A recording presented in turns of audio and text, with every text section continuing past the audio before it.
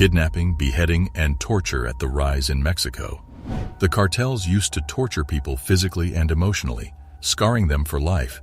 But this brutality was met with the fire of a man who sought to eradicate them once and for all. Eric Morales Guevara gained a notorious reputation as El Marino Loco for his unconventional strategies in catching sicarios that made him feared by Mexican cartels. Let's delve into his story in a world overrun by extreme violence and torture methods. Cities suffer greatly from the impact of drug trafficking, which constantly jeopardizes lives and terrorizes people. However, the military seems not completely devoted to solving this problem. Rather, many of the top marine officials protect the cartels for money. Atop the cartel's hierarchy reside individuals possessed by a never-ending hunger for power and riches, where everyone is susceptible to a grim destiny. Authorities are speaking the language of the sicarios in this treacherous terrain. The cartels are known for their brutal ways of kidnapping and scaring people through various torture methods. Victims of their abuse are often kidnapped from their homes and workplaces without any kind of warning. These abductions are done with good techniques.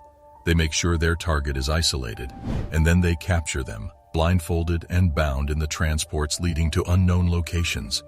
The cartels resort to physical violence and hurt their victims with various methods.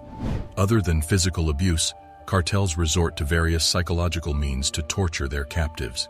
These include sensory deprivation, isolation, along with threats to their loved ones. They also made them watch as they killed and tortured other individuals, scarring their mental health for life. The cartels were feared by everyone in Mexico and beyond. There is only one person the cartels fear, and he is known to resort to brutal ways to eradicate the existence of cartels. He is known as El Marino Loco and devoted his life to these notorious killers. The upbringing of Eric Morales Guevara occurred in northern Mexico. He vowed to devote his existence to capturing drug traffickers and subjecting them to the same physical abuse and shame they imposed on numerous innocent individuals. Eric's unstoppable mission to bring about justice stemmed from his comprehensive grasp of the cartel's dialect, which was distinguished by its reliance on violent means. In a society where power and money ruled, Eric acknowledged that typical law enforcement methods frequently proved inadequate. Realizing that defeating the cartels required him to speak their language fluently, infiltrate their operations stealthily, and dismantle them from within comprehensively. Eric's reputation flourished, and he was given the title El Marino Loco, or the Crazy Marine, for his military background and bold approach to taking on cartels. With his firm determination, Eric became someone to be feared. The unwavering pursuit of justice he embodied was enough to strike fear into anyone involved in narcotics. Gulf Cartel's monopoly on drug trafficking in Mexico made it Eric's top priority. The devastation caused by this powerful cartel in his hometown drove Eric to feel a deeply personal motivation to bring them down. Strategic thinking combined with determination and intelligence gathering allowed Eric to successfully orchestrate several targeted operations that disrupted Gulf Cartel activities. Numerous assassins were apprehended during the operations as well. El Marino Loco employed alternative methods that surpassed typical law enforcement practices. He acted accordingly, understanding that fully dismantling the cartels required action against their central power structures. In addition, he was required to erode the mental influence that they exerted on their adherents. This caused him to create unconventional approaches that targeted humiliating and lowering the status of the narcotics lords along with their enforcers. The destruction caused by the Gulf Cartel while monopolizing the drug trade in Mexico motivated Eric to target them directly. Thanks partly to El Marino Loco's actions, Gulf Cartel experienced a notable decrease in both its size and earnings over several decades. Eric gained prominence in 2006.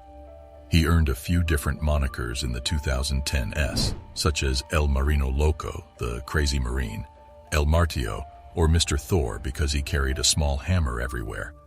A duty of catching the regional kingpin of the Gulf Cartel in Tamaulipas, named Comandante Toro, was assigned to El Marino Loco. Still, his objective was unexpectedly changed to Tampico.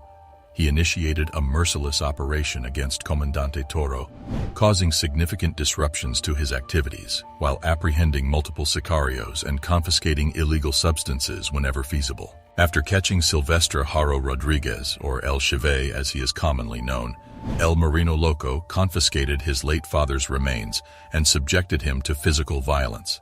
He removed pictures of his dad from the home too. The cartel leader was completely humiliated by this action. After swelling up his eye with a punch, El Marino Loco forced El Mamito to wear women's lingerie for added humiliation towards the sicarios. He made El Mamito kiss his sicarios and took pictures of them while laughing at them. The insane Marine made the assassins engage in activities that they loathed. The ruthless new generation cartel located in Lisco became known for recording and uploading videos depicting the gruesome torture of their opponents online. The adoption of comparable methods by El Marino Loco led to him being hated by numerous drug traffickers who put up sizable bounties for his head. While conducting his operations, El Marino Loco discovered a startling collection of military weaponry and arsenal concealed in buried barrels. Nevertheless, his aspiration to take down the cartel leader would fall apart soon. El Marino Loco became famous on the internet by publicly humiliating Gulf Cartel members on camera. This punishment was worse for the sicarios than being imprisoned. Gulf Cartel alleges that El Marino Loco committed acts of corruption, stole their weapons, and El Chiva's father's ashes and accepted bribes. In spite of everything, financial interests caused collaboration between the Mexican Navy and cartels. At last, after considering their options carefully, the Mexican Navy finally opted to release El Marino Loco but take El Chive and Marco Antonio Rodriguez into custody. El Marino Loco made numerous seizures of cash, firearms, and drugs during his time as a Mexican Army officer. He made the Gulf Cartel insignificant in the northern part of Mexico. El Marino Loco's present activities remain undisclosed by Mexican officials, though clues to his whereabouts have emerged. According to certain witnesses, Eric Morales is said to have formed his own secret anti-drug group that operates covertly and remains effectively concealed from public view. Nonetheless, one must keep in mind that details about Eric Morales Guevara, aka El Marino Loco, and his conduct require careful consideration. Variations can occur with accounts and details. The cartels operate in secrecy and with rivalries, making it challenging to discover the complete truth. The ascent of people similar to El Marino Loco showcases the complex and risky landscape that characterizes Mexican drug dealing. Law enforcement officers in this realm may occasionally use unconventional tactics to achieve justice. Remember that if you engage in violent behavior akin to El Marino Loco's, it could result in continued cycles of brutality and violence amongst the cartels. Efforts towards building a safer society may face hindrances due to this. Tackling the persistent problem of cartel violence demands a holistic approach that comprises law enforcement, community development, and international coordination. Fighting drug trafficking requires governments to give top priority to tackling its root causes like poverty, lack of education, and systemic corruption. Curbing the growth of cartels is possible by implementing social programs, transparent governance, and economic opportunities. The fight against cartels' global reach demands collaborative efforts from multiple nations. Collaborating on intelligence, synchronizing operations, and executing unified strategies can improve the efficiency of law enforcement endeavors. Furthermore, international establishments must not relent in their support for countries impacted by the scourge of organized crime. They should provide necessary resources while also offering expert knowledge and developing capacity-building schemes. The strengthening of the judiciary system and the guarantee of accountability for criminal actions, including cartel involvement, are equally vital. This will assist in establishing a secure and equitable community for everyone. Deterrence of future violence while ensuring justice for the victims requires impartial investigations, fair trials, and appropriate sentencing. Furthermore, it is essential to offer assistance and safeguard to those who decide to collaborate with law enforcement agencies.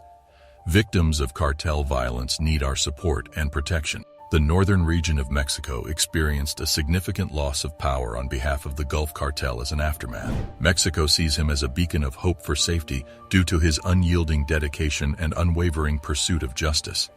El Marino Loco's narrative is evidence of the bravery and perseverance required to challenge the harshest facets of cartel aggression. Eric Morales Guevara challenged the prevailing order even though he operated in a world dominated by extreme violence. He communicated with the cartels using their own language while still upholding justice and righteousness. Despite facing enormous obstacles, some people possess the courage and determination necessary to take risks and work toward creating safer futures for everyone in their community. His story exemplifies this. Eric Morales Guevara's story, famously called El Marino Loco, uncovers the obscure and convoluted universe of cartel violence in Mexico. Approaching narratives that incite terror within cartels requires a great deal of caution. Acknowledging the significance of taking a holistic stance towards combating organized crime. By assisting victims and witnesses and addressing underlying issues through international collaboration, societies can promote a safer environment by dismantling cartels.